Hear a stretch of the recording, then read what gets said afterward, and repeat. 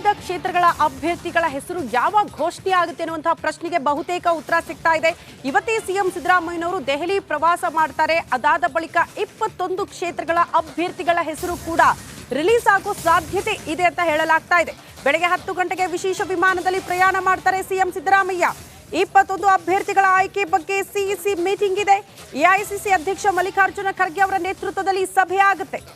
ಸಹಜವಾಗಿ ಕುತೂಹಲ ಇರೋದು ಕಾಂಗ್ರೆಸ್ ಪಾಳ್ಯದಲ್ಲಿ ರಾಜ್ಯದ ಬರೀ 7 ಕ್ಷೇತ್ರಗಳ ಅಭ್ಯರ್ಥಿಗಳ ಹೆಸರು ಇಲ್ಲಿ ತನಕ ಘೋಷಣೆಯಾಗಿರೋದು. ಉಳಿದ 21 ಕ್ಷೇತ್ರಗಳ ಅಭ್ಯರ್ಥಿಗಳು ಕೂಡ ವೇಟ್ ಮಾಡ್ತಿದ್ದಾರೆ ಯಾವಾಗ ಲಿಸ್ಟ್ ಔಟ್ ಆಗುತ್ತೆ ಅಂತ. ಸೊ ಇವತ್ತೇ ಸಿಇಸಿ ಮೀಟಿಂಗ್ ಇದೆ ಅಂತೆ. ಸಿಎಂ ಸಿದ್ದರಾಮಯ್ಯನವರು ಆದ ಕಾರಣ ಬೆಳಗ್ಗೆ 10 ಗಂಟೆಗೆ ವಿಶೇಷ ವಿಮಾನದಲ್ಲಿ ದೆಹಲಿ ಕಡೆ ಮುಖ ಮಾಡ್ತಾರೆ. ಎಐಸಿಸಿ ಅಧ್ಯಕ್ಷ ಮಲ್ಲಿಕಾರ್ಜುನ ಖರ್ಗೆ ಅವರ ನೇತೃತ್ವದಲ್ಲಿ ಆಗುವಂತಹ ಸಭೆಯಲ್ಲಿ ಎಲ್ಲವೂ ಕೂಡ ಅಂತಿಮ ಆಗುತ್ತೆ ಅಂತ ಹೇಳಲಾಗ್ತಾ ಇದೆ. ಆದ್ರೆ ಇವತ್ತು ಸಾಯಂಕಾಲ ಇಲ್ಲ ನಾಳೆ ನಾಡಿದ್ರಲ್ಲಿ ಲಿಸ್ಟ್ ಔಟ್ ಆಗುತ್ತೆ ಕಾಂಗ್ರೆಸ್ ಪಾಳ್ಯದಿಂದ ಅಂತ ಹೇಳಲಾಗ್ತಾ ಇದೆ. 21 ಕ್ಷೇತ್ರಗಳು ಸದ್ಯ ಪೆಂಡಿಂಗ್ ಇರೋದು.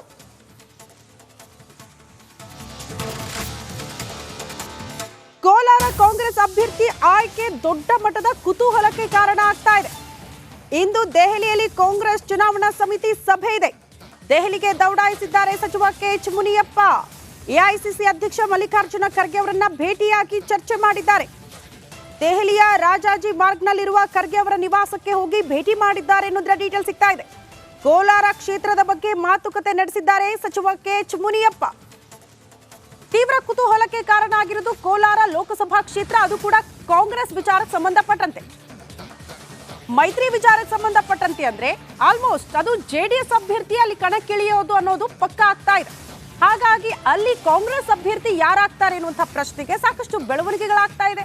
ಸ್ವತಃ ಸಚಿವ ಕೆಎಚ್ ಮುನಿಯಪ್ಪ ಅವರೇ ಈಗ ದೆಹಲಿಗೆ ದೌಡಾಯಿಸಿದ್ದಾರೆ.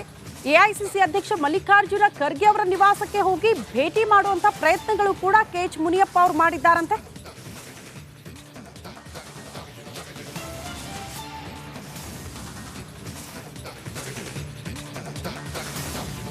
ಏಳರಿಂದ 8 ಕ್ಷೇತ್ರ ದೊಡ್ಡ ಮಟ್ಟದ ಕಗ್ಗಂಟಾಗಿರೋದು ಕಾಂಗ್ರೆಸ್ ಪಾಳ್ಯಕ್ಕೆ.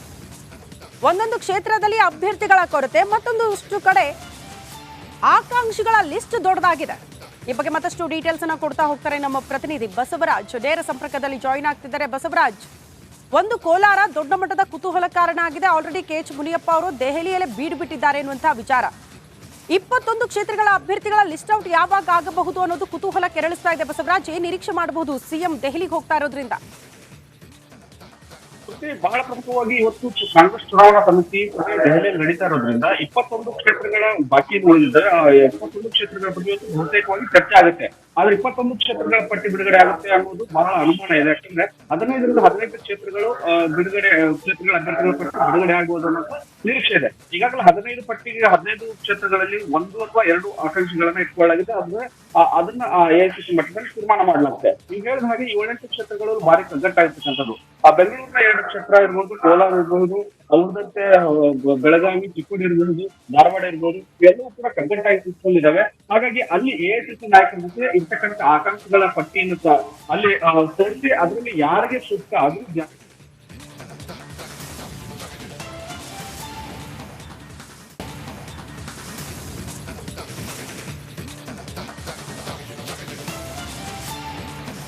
ನೋಡಿ, ಸಹಜವಾಗಿ ಕಾಂಗ್ರೆಸ್ ಪಾಳ್ಯದಲ್ಲಿ ದೊಡ್ಡ ಮಟ್ಟದ ನಿರೀಕ್ಷೆ ಕುತೂಹಲಕ್ಕೆ ಕಾರಣ ಆಗಿರೋದು. ಈಗ ತಾನೇ ನಮ್ಮ ಪ್ರತಿನಿಧಿ ಬಸವರಾಜ್ ಮಾಹಿತಿ ಕೊಡ್ತಾ ಇದ್ರು. 21 ಕ್ಷೇತ್ರಗಳ ಅಭ್ಯರ್ಥಿಗಳ ಲಿಸ್ಟ್ ಆಲ್ರೆಡಿ ಸಿದ್ಧವಾಗಿದೆ. ಬಟ್ ಸಿಇಸಿ ಮೀಟಿಂಗ್ ಅಲ್ಲಿ ಆ ಬಗ್ಗೆ ಚರ್ಚೆಯಾಗಿ ಎಲ್ಲವೂ ಕೂಡ ಅಂತಿಮ ಆಗಬೇಕಾಗಿದೆ ಅನ್ನುವಂತಹ ವಿಚಾರ.